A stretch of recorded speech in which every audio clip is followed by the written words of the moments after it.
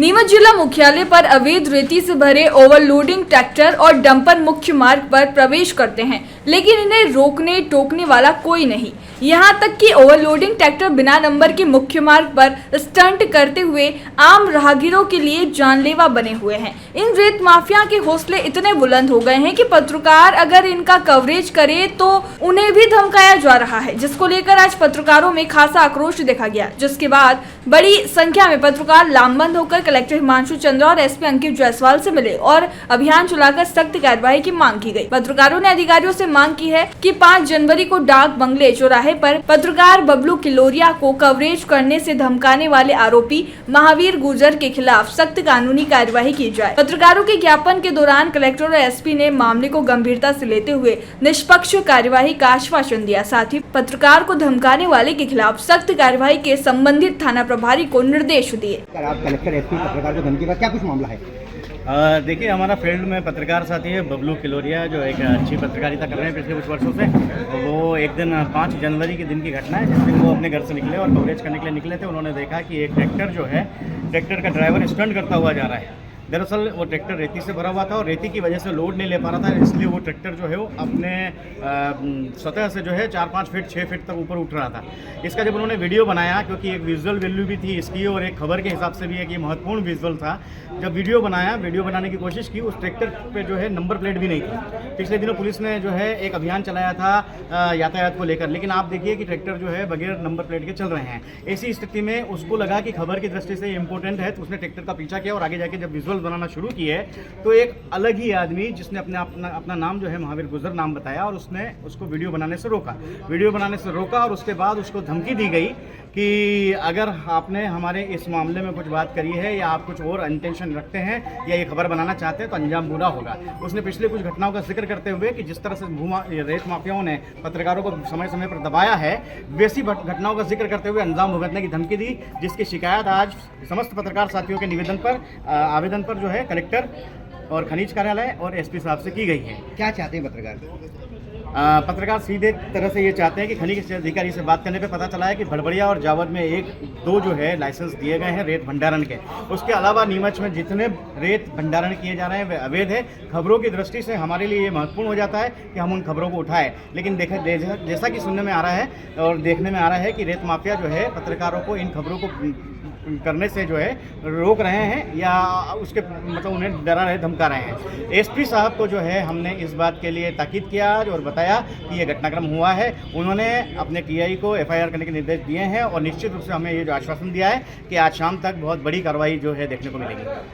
दरअसल बीते दिनों 2 दिन पहले की घटना है कि हमारे एक मीडिया साथी हैं किलोरिया जी, उनके साथ एक ट्रैक्टर चालक जो कि रेत दम अपने नीमच जिले में लगातार देखने में आ रहा है कि जो अवैध रेत का परिवहन हो रहा है और रेत माफिया जो काफ़ी सक्रिय है। और ऐसे में जब एक पत्रकार साथी कवरेज कर रहा था, क्योंकि भरे बाजार में एक ट्रैक्टर स्टंट कर रहा था और ये स्टंट हमेशा देखने को मिलते हैं कि 2-2 पहिए पे ट्रैक्टर खड़े हो जाते हैं और आए दिन ट्रैक्टर भी इस तरह के हादसे का शिकार होते हैं। खास बात ये कि जो जितने भी ट्रैक्टर या डंपर आ रहे हैं, ना तो इनके प्रॉपर आगे पीछे नंबर होते हैं और नंबर भी होते हैं तो उनके इस तरह से ढक दिए जाते हैं कि कभी हादसा भी हो जाता है किसी व्यक्ति के साथ तो पता नहीं चलता कौन टक्कर मार के गया।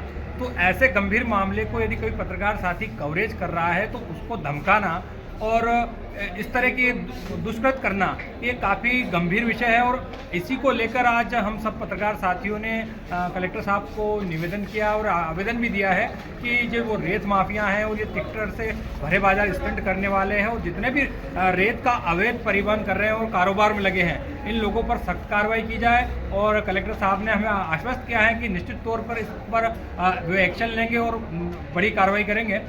छत्तीसगढ़ में भी एक इसी तरह से पत्रकार के साथ हादसा हुआ है। बिल्कुल आप सही कह रहे हो कि जो पिछले दिनों छत्तीसगढ़ में एक हमारे पत्रकार साथी मुकेश चंद्राकर की हत्या कर दी गई थी और ये इस तरह के माफिया लोगों ने ही उस की हत्या की और उस व्यक्ति की हत्या करके इस निर्मम तरीके से हत्या की और उसको दफना दिया गया था। और आज भरे बाजार मतलब इस तरह के हमारे एक मीडिया साथी को धमकाया जा रहा है। निश्चित तौर पर इनके खिलाफ आपराधिक मुकदमा भी दर्ज होना चाहिए और पुलिस प्रशासन दोनों को एक्शन लेना चाहिए।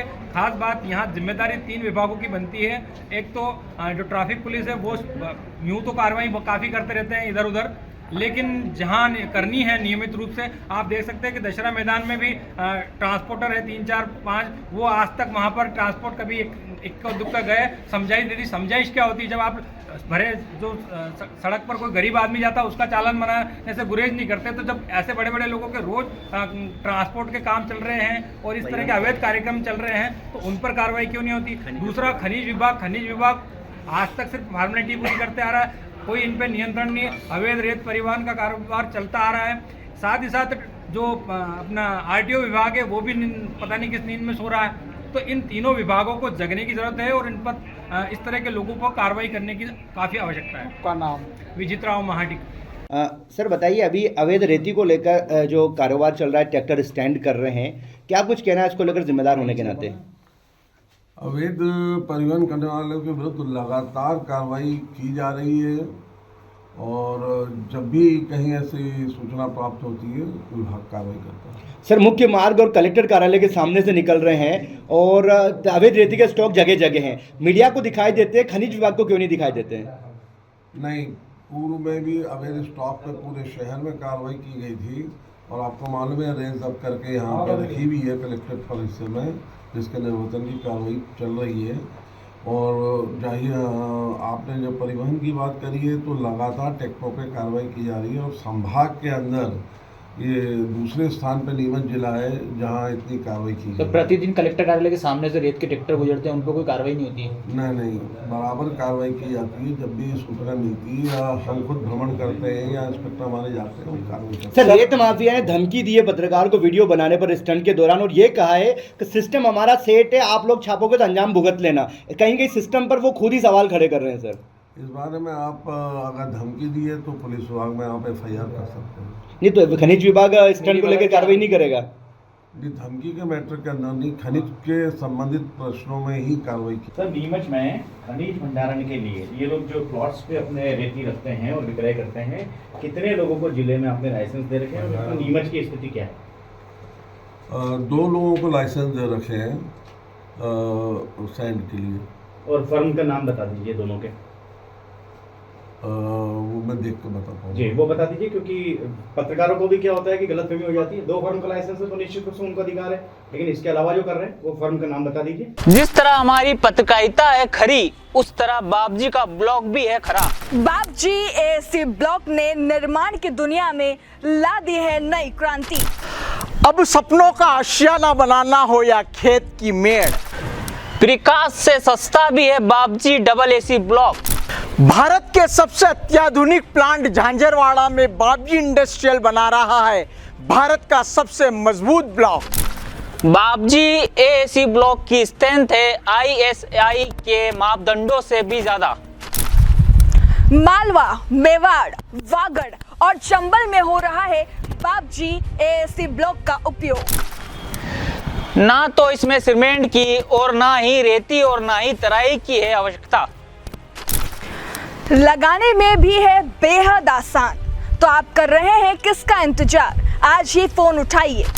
बाबजी industrial private limited, Jhanjharwada, Neemuch, Madhya Pradesh. Contact number 9238573652, 7869716052, 9589506052।